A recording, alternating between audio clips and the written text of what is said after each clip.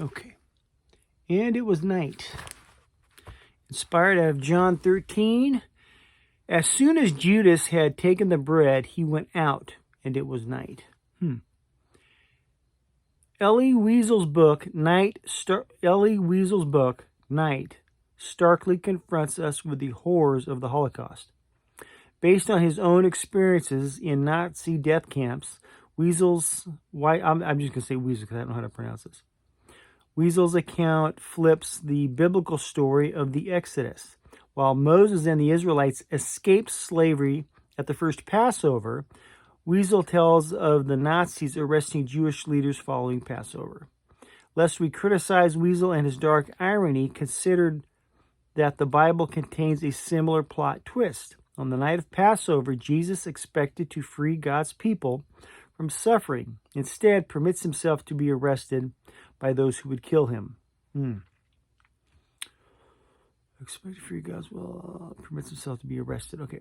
John ushers us into the holy scene before Jesus' arrest. Troubled in spirit over what awaited him at the Last Supper, Jesus predicted his betrayal. John 13.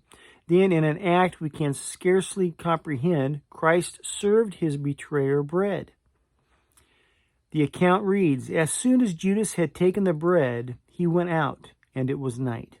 History's greatest injustice was underway, yet Jesus declared, now the Son of Man is glorified, and God is glorified in him. In a few hours, the disciples would experience panic, defeat, and dejection, but Jesus saw God's plan unfolding as it should. When it seems as though the darkness is winning, we can recall that God faced his dark night and defeated it. He walks with us. It won't always be night. History's greatest injustice was underway.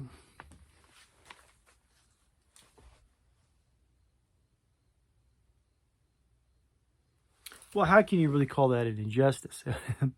Actually, it was for a benefit, and he knew that Judas was going to do this. So, actually, just what did he used to say in the A-Team? I love it when a plan falls together. When have you experienced panic, loss of hope, and despair? How would you describe how you felt after you came through that dark experience? Thank you, Jesus, for keeping your Father's plan in view, and you went through the steps to the cross. Thank you for conquering death for us. Let's see.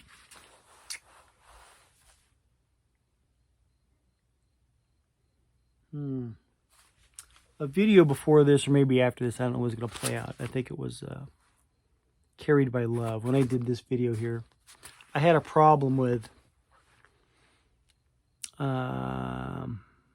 where is it? No, wrong one. It says here, this was the other video I did, Carried by Love. I had an issue with this. 5 verses later, he explains, this is God speaking, I am God, and there is none like me. Quote, that's in quotes. The great I am loves you so deeply that he went to the extreme of dying on the cross to bear the full weight of our sin, meaning God did. Okay? And this is where I think the Trinity makes things confusing.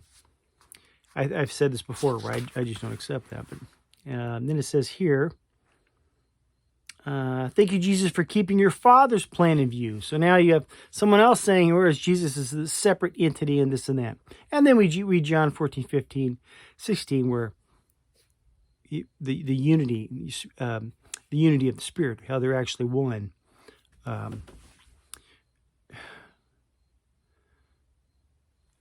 It's a rabbit hole. Jesus was the one who was crucified. I'm going to leave that one right there. Anyhow, love you. God bless.